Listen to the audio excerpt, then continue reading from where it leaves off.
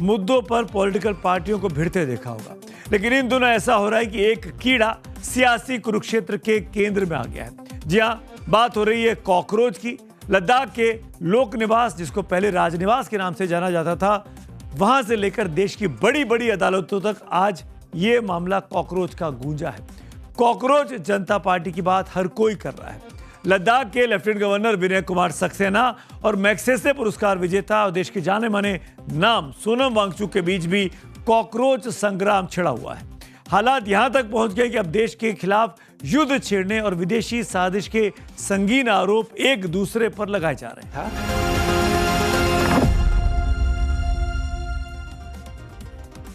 आखिर 26 मई को लद्दाख के लोक निवास के एक बंद कमरे की मुलाकात में ऐसा क्या हुआ था जिसने दिल्ली से लेकर लेह तक अब हड़कंप मचा दिया है?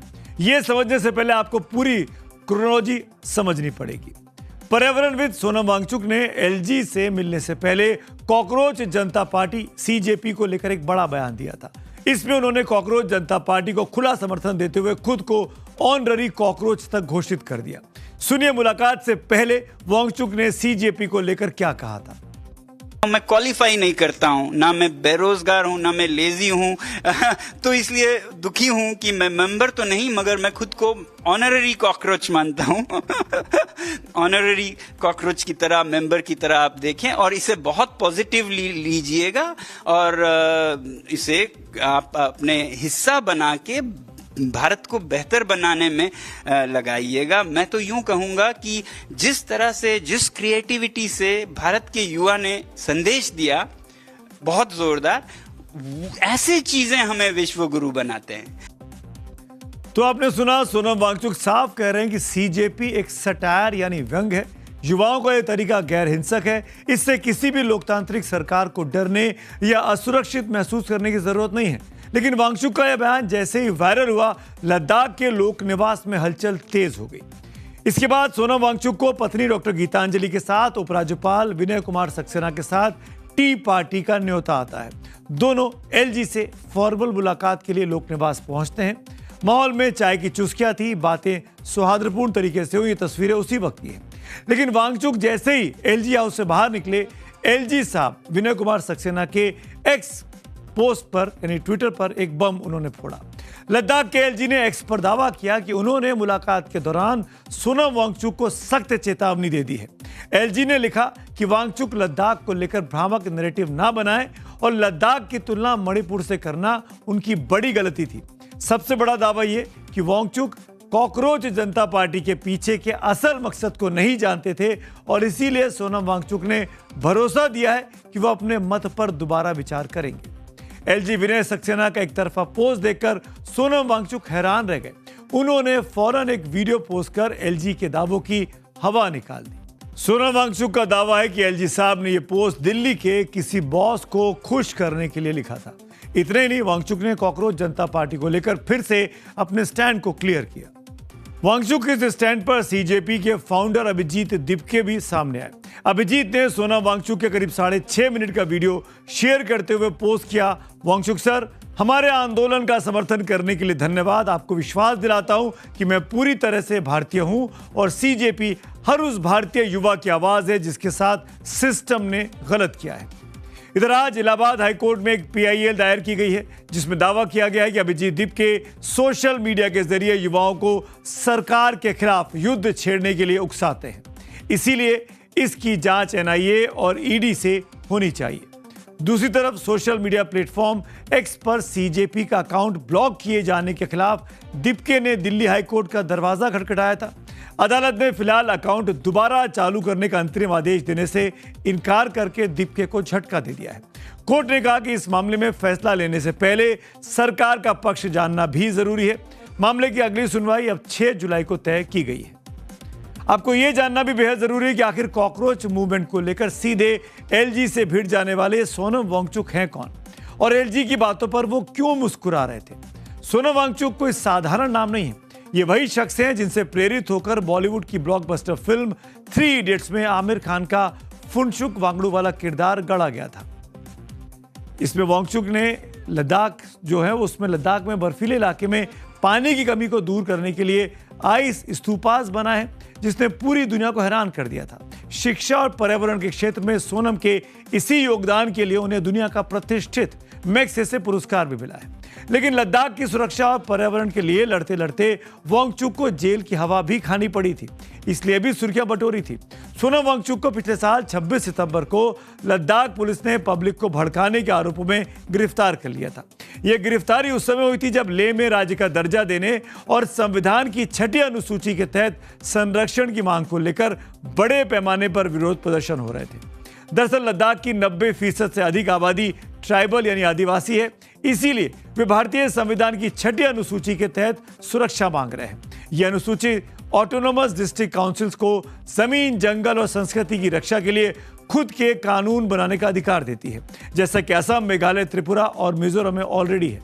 इन्हीं मांगों को लेकर 24 सितंबर को लेह में हुए एक बड़े प्रदर्शन के दौरान हालात बिगड़ गए थे। 4 लोगों की मौत हो गई थी और करीब 90 लोग घायल हो गए थे। प्रशासन का यह आरोप था कि इस केस को भड़काने में सोनम वांगचुक की भूमिका थी। गिरफ्तारी के बाद सोनम वांगचुक पर नेशनल सिक्योरिटी एक्ट के तहत केस दर्ज किया गया।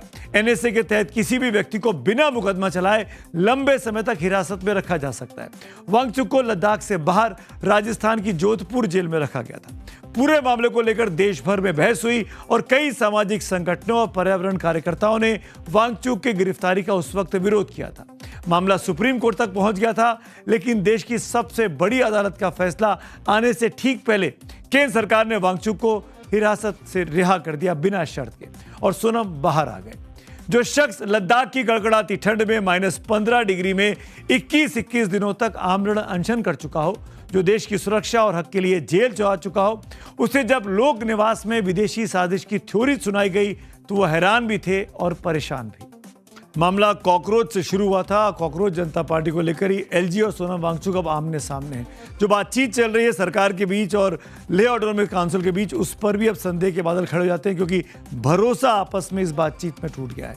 इस बीच कॉकरोच के मुद्दे पर आज बाबा बागेश्वर धीरेन्द्र शास्त्री का भी एक बयान सामने आया, वो भी सरकार से सवाल पूछा। बेरोजगारी की चिंता की वजह से ही सुप्रीम कोर्ट की जो टिप्पणी हुई थी चीफ जस्टिस की, उसी पे उन्होंने कॉकरोच कहा और वो कॉकरोच शब्द को लेकर अभिजीत दीपके ने सोशल मीडिया पर ये सटायर किया, जो एक बहुत बड़ा मूवमेंट बनकर दुनिया का ध्यान अपनी ओर खींच रहा है।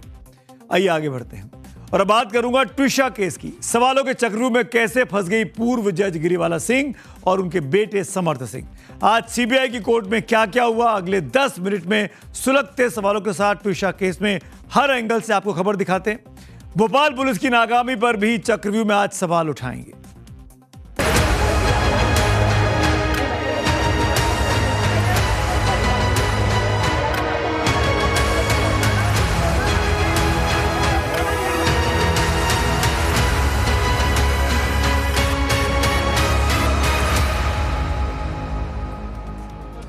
भोपाल में बाग मुगलिया एक्सटेंशन के बंगला नंबर 311 में 12 मई की रात को क्या हुआ था? ट्विशा की मौत कैसे हुई थी? क्या ट्विशा ने आत्महत्या की या फिर हत्या करके उसको लटका दिया गया? हत्या और आत्महत्या के बीच ऐसे कई अनसुलझे सवालों का जल्द अब जवाब मिल सकता है। ट्विशा संदिग्ध मौत मामले से जुड़ी आज की सबसे बड़ी खबर यह है कि ट्विशा की सास और पति को 5 दिनों की सीबीआई रिमांड पर भेजा गया है। यानी अब 2 जून तक सीबीआई गिरिबाला सिंह और समर्थ सिंह से पूछताछ करेगी। सीबीआई ने दोनों की 5-5 दिनों की रिमांड मांगी थी, जिसे कोर्ट ने मंजूर कर लिया। गिरिबाला सिंह के वकील ने रिमांड का विरोध भी नहीं किया। समर्थ सिंह पहले से ही 7 दिन की सीबीआई रिमांड पर था।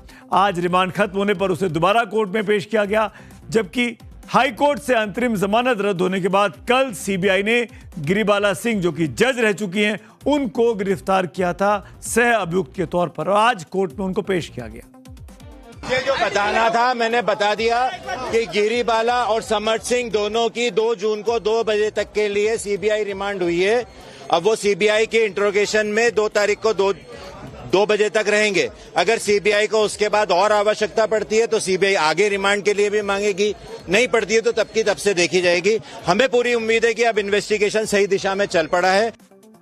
सीबीआई का अफसर रिटायर्ड जज गिरिबाला सिंह और बेटे समर्थ सिंह को 2 अलग अलग गाड़ियों में लेकर आज कोर्ट पहुंचे। कोर्ट के बाहर पहले से मीडिया का हुजूम था।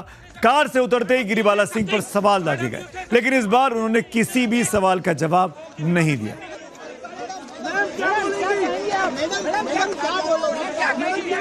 मैडम क्या कहेंगे आप? मैडम यू से समथिंग, मैडम यू से समथिंग, मैडम यू से समथिंग।